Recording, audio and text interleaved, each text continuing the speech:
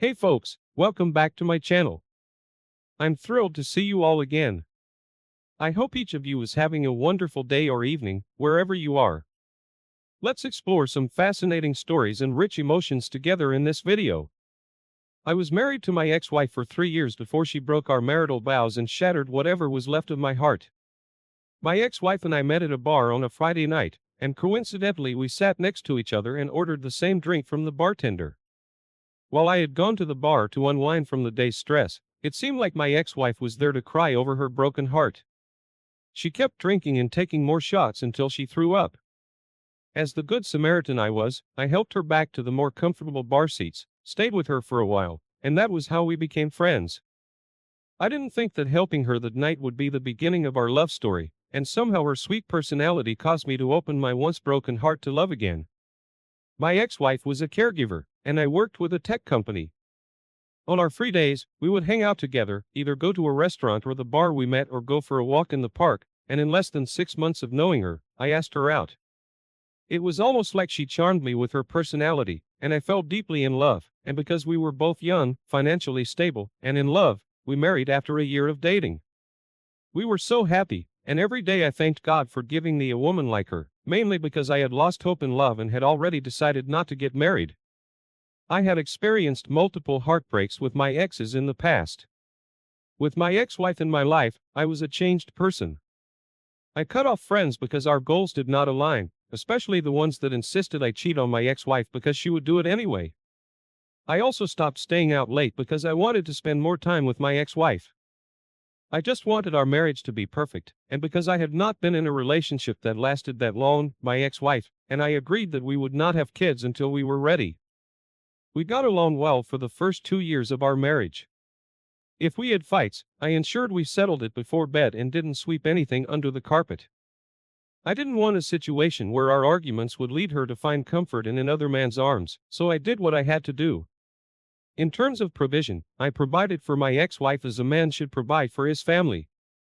I got her whatever she wanted to make her happy and did my own share of chores at home.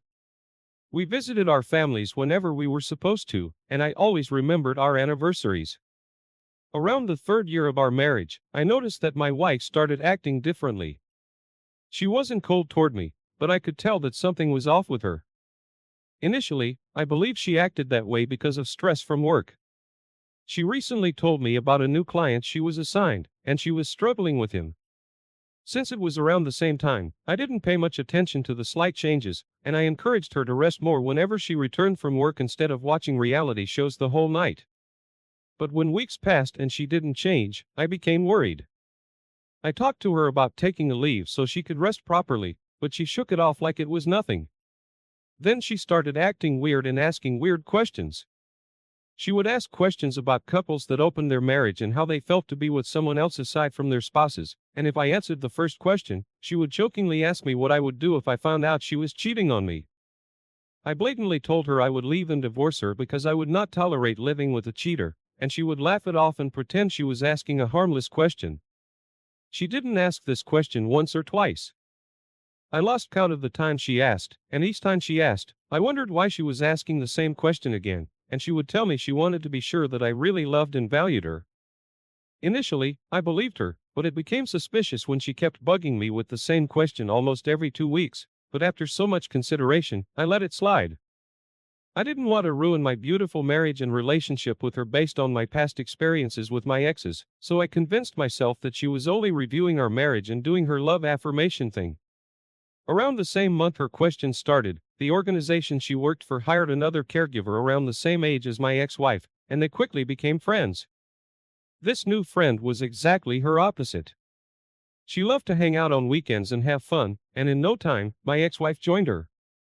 They started hanging out together more often, and after a long week at work, they would pick a place they wanted to hang out at.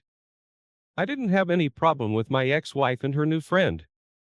I was glad she put aside her introverted nature and opened up to someone else that wasn't me, and I knew how choking it could be for your spouse to be your only friend.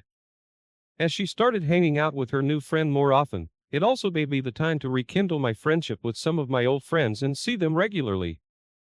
At the same time, nothing really changed in our marriage. We were still the same, and our love for each other remained the same. One weekend, I invited two friends to come over and watch football at my house since I knew my ex-wife would be out that evening with her new friend.